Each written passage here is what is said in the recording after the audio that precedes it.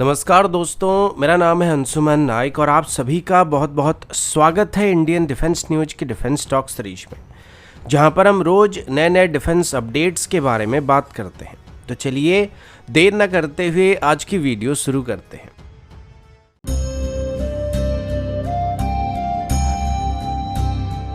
आज की पहली अपडेट एचएएल की तरफ से। अभी कुछ ही दिन पहले आपने सुना होगा एचएएल की तरफ से एक नए ट्रेनर एयरक्राफ्ट को डेवलप करने का ऑफर दिया गया था, जिसको तेजस की लीड इन फाइटर ट्रेनर यानी कि लिफ्ट वेरिएंट के साथ सिमिलर होने की बात किया जा रहा था, लेकिन इसे कॉस्ट इफेक्टिव फाइटर के तौर पर डेवलप किया जा रहा है और इसे खास करके एक्सपोर्ट करने का प्लान किया जा रहा है। पहले इसे इंडियन एयरफोर्स को भी ऑफर करने का प्लान किया जा रहा है, जिसमें नए पायलट्स को इसमें ट्रेनिंग देने के लिए इसको इंडियन एयरफोर्स को ऑफर किया जाएगा। अब एचएएल का लॉजिक ये है कि जो ट्रेनर एयरक्राफ्ट होते हैं उनको आमतौर पर जंग जैसे हालात में उतारा नहीं जाता है, खास करके जिन एयरक्राफ्ट को नए पायलट्स को ट्रेनिंग देने के लिए इस्तेमाल किया जाता है उनको जंग में भेजने की जो चांसेस होता है वो काफ़ी हद तक कम रहता है। तो उसमें हाईटेक सिस्टम की इस्तेमाल ना होने से कोई भी फर्क नहीं पड़ने वाला है, जिससे हम इफेक्टिवली कॉस्ट को रिड्यूस कर सकते हैं। इसके लिए एचएएल इसमें एवियोनिक्स और सेंसर में कोई छेड़छाड़ नहीं करने वाला है, वो सब तो मॉडर्न स्टैंडर्ड के ही होने वाले। लेकिन एयरक्राफ्ट की बॉडी में जो कंपोजिट एयरफ्रेम का इस्तेमाल किया जाता है उसे अभी सिर्फ स्टील से बनाने का फैसला किया जा रहा है, जिससे इनकी मैन्युफैक्चरिंग कॉस्ट को काफी हद तक रिड्यूस किया जा सकता है। एचएएल की तरफ से किए गए रफ एस्टिमेशन के मुताबिक इस एयरक्राफ्ट की यूनिट कॉस्ट $15 मिलियन के आसपास रिड्यूस किया जा सकता है, जो कि सिर्फ एक लो कॉस्ट एयरक्राफ्ट होने के अलावा J7 और MiG-21 जैसे एयरक्राफ्ट को रिप्लेस करने के लिए एक सुइटेबल ऑप्शन होने वाला है, खास करके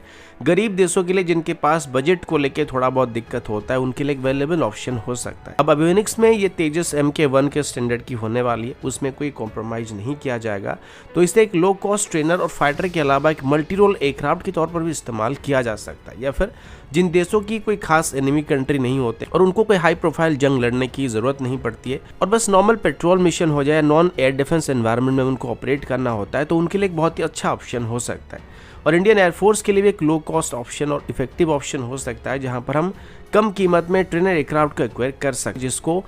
नए पायलट्स को या इंटरमीडिएट पायलट्स को ट्रेनिंग देने के लिए इस्तेमाल किया जा सकता है।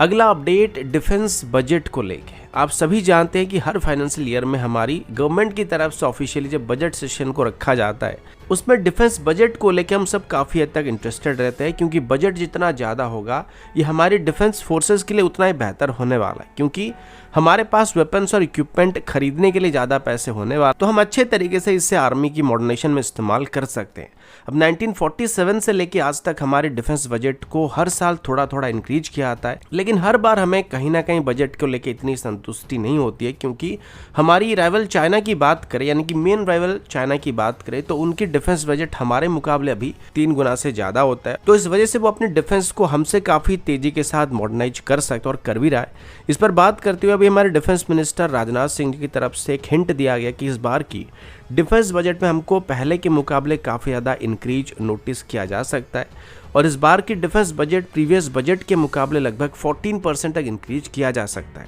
इससे पहले जो सबसे बड़ा हाइक डिफेंस बजट में नोटिस किया गया था वो 2017 के आसपास नोटिस किया गया था, जिसमें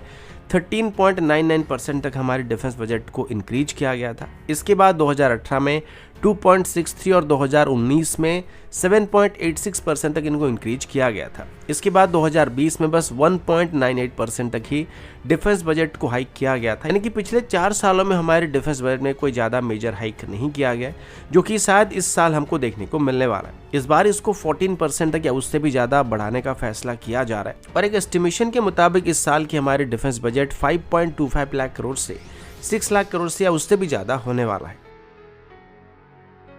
अगला अपडेट डिफेंस एक्सपोर्ट को लेके। आप सभी ने नोटिस किया होगा कि पिछले कुछ सालों में भारत की डिफेंस सेक्टर में काफ़ी सारे बदलाव आ चुके हैं, क्योंकि अभी हम ज़्यादातर डिफेंस एक्सपोर्ट को लेके बात करना शुरू कर चुके हैं, जो कि 5 साल पहले सिर्फ इंपोर्ट के ऊपर हुआ करता था। तो फाइनली अभी आर्मेनिया की तरफ से भारत से कुछ और भी डिफेंस इक्विपमेंट को खरीदने की बात सामने आई है। अब जब भी हम डिफेंस एक्सपोर्ट की बात करते हैं तो इसमें सबसे ज़्यादा नाम जो होता है वो आर्मेनिया का लिया आता है, क्योंकि पिछले कुछ सालों में आर्मेनिया की तरफ से हमसे काफ़ी कुछ डिफेंस सिस्टम को खरीदा गया है। इसमें स्वाति वेपन लोकेटिंग रडार से लेके Pinaka rockets, anti tank missiles और एमुनिशन के अलावा हाल ही में खरीदे गए आर्टिलरी गन्स को भी शामिल किया जा सकता है। लेकिन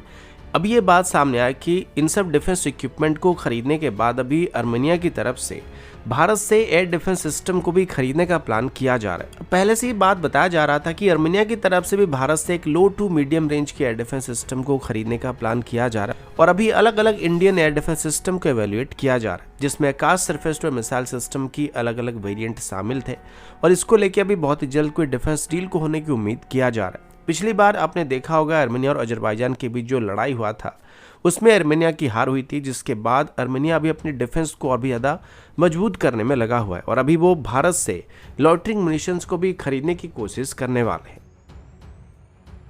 अगला अपडेट स्मॉल आर्म्स को लेके। आप सब जानते हैं कि भारत के पास अभी दुनिया की सबसे बड़ी मिलिट्री में से एक मौजूद और हमारी पैरामिलिट्री फोर्सेस भी दुनिया की सबसे बड़ी पैरामिलिट्री फोर्सेस में गिना जाता है। लेकिन इतनी बड़ी लैंड फोर्स होने के बावजूद भी आज तक हम एक ढंग के असॉल्ट राइफल को डेवलप नहीं कर पाए। भले ही हमने खतरनाक मिसाइल को बना लिया है, लेकिन स्मॉल आर्म्स के सेक्टर में हम कहीं ना कहीं पीछे पड़ रहे हैं। अभी हम इसके लिए दूसरों के ऊपर डिपेंड करते या फिर कर भी रहे, जिसमें हाल ही में रशिया के साथ अभी AK-203 राइफल को लेकर एक डील को फाइनल किया गया था, जिनको अगले साल से यूपी में बनाया जाने वाला है। ठीक वैसे ही मेक इन इंडिया स्कीम के अंदर अभी